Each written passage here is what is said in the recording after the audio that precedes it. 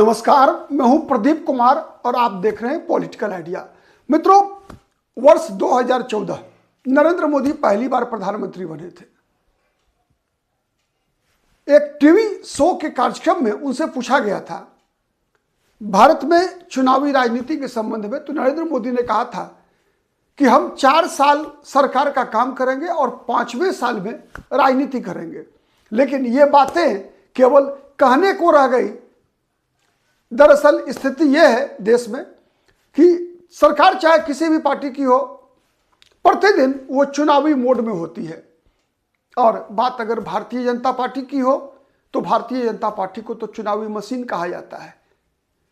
हर समय, चाहे वो चुनाव म्युनिसिपैलिटी का हो या फिर लोकसभा का, वो चुनाव मेयर का हो या भारत के राष्ट्रपति का, भारतीय जनता पार्टी हर वक्त इलेक्शन मोड में होती है। और चाहे वो राष्ट्रपति का चुनाव हो या म्युनिसिपैलिटी का चुनाव हो, हर चुनाव को सीरियसली लेती है। और इसीलिए ये अंतर आप देखेंगे कि भारतीय जनता पार्टी विपक्षी दलों की तुलना में देश की राजनीति में चुनावी दृष्टि से अधिक सफल होती है। तो हम बात कर रहे हैं, चूंकि बिहार के लिए विधानसभा चुनाव का वर्ष रहा है, चुनाव संपन्न हो चुके हैं, परिणाम आ चुका है, कल सरकार बनने वाली है, शपथ ग्रहण होना है, नीतीश कुमार के मुख्यमंत्री बन जाने की फिर से सब पूरी स्थिति बन चुकी है। प्रधानमंत्री स्वयं इस शपथ ग्रहण में शामिल होने वाले हैं।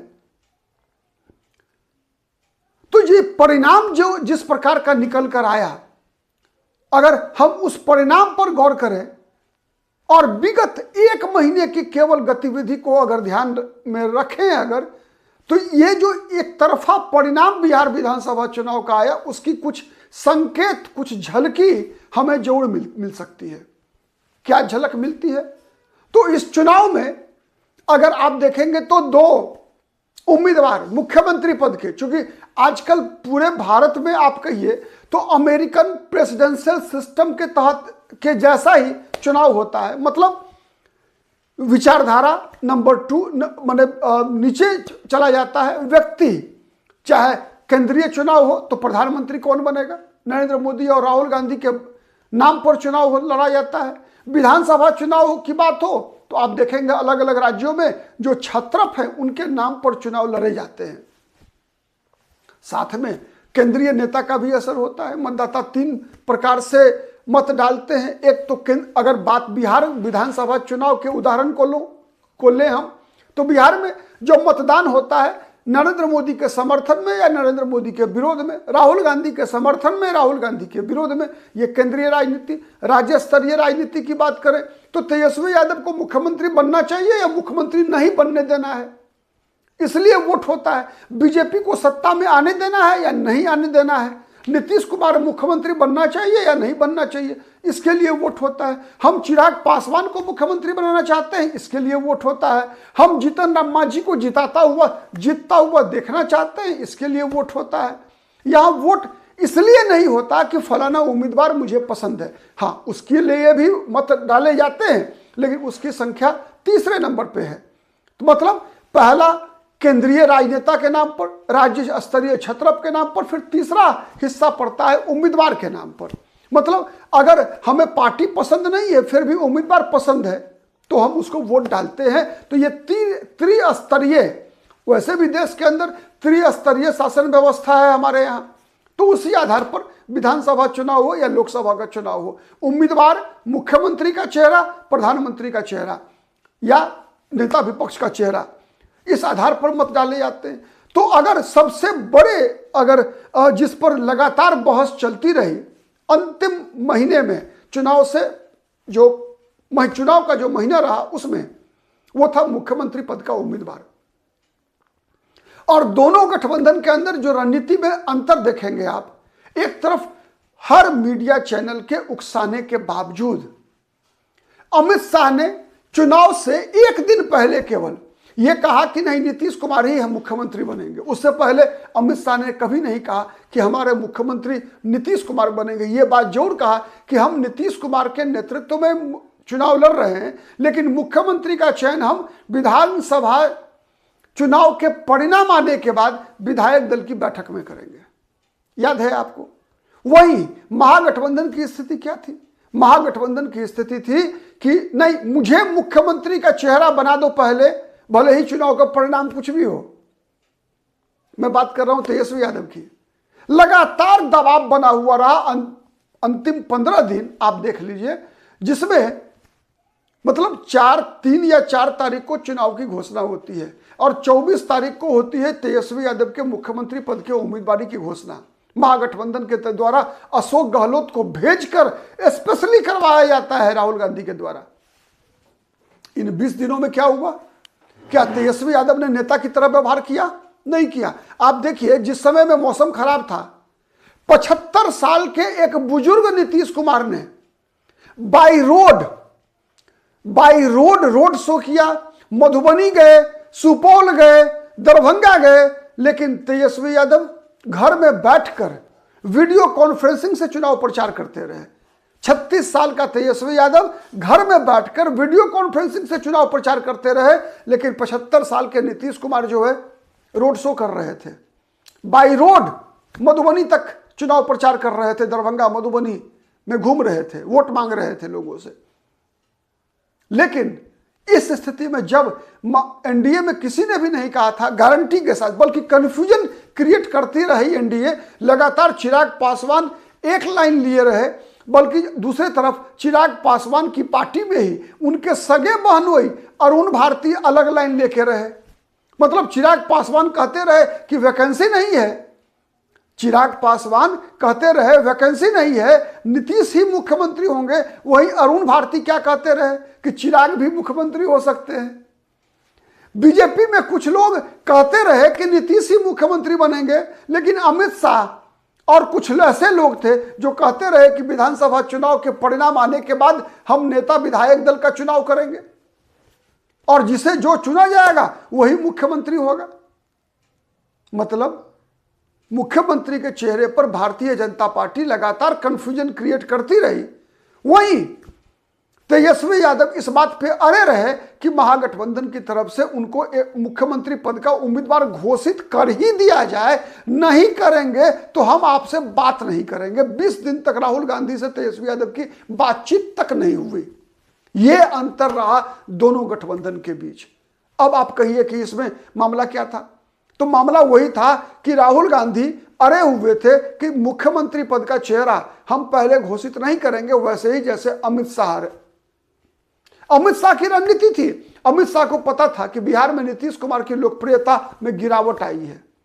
नीतीश कुमार की लोकप्रियता अब जो भी बची हुई है वो केवल और केवल वोटरों के खाते में जो पैसा जा रहा है ना, उसके बल पे है। अब लोग नीतीश कुमार को मजबूरी में मुख्यमंत्री पद पर बैठे देखना चाहते हैं। मजबूरी कैसी? मजबूरी ऐसी कि तेजस्वी न मुख्यमंत्री बन जाएं, इसलिए चलो अगर तीसरा कोई नहीं है तो नीतीश से काम चलेगा। मतलब केवल तेजस्वी को रोकने के लिए तेजस्वी यादव मतलब लालू यादव के परिवार का कोई व्यक्ति मुख्यमंत्री नहीं बने, इसीलिए नीतीश कुमार को हम मुख्यमंत्री मान लेंगे। वैसे ही जैसे एनडीए सत्ता में नहीं आए, वैसे ही जहां कहीं विकल्प नहीं था तो मुसलमानों ने मजबूरी में आरजेडी को वोट डाल दिया। वही स्थिति थी नीतीश कुमार के को वोट डालने वाले मतदाताओं के मन में, और यह बात अमित शाह को पता था। तो अमित शाह ने संकेत क्या दिया? अमित शाह ने संकेत यह दिया कि चुनाव के बाद अमित शाह खेला कर सकते हैं, मतलब एनडीए कोई खेल कर सकती है।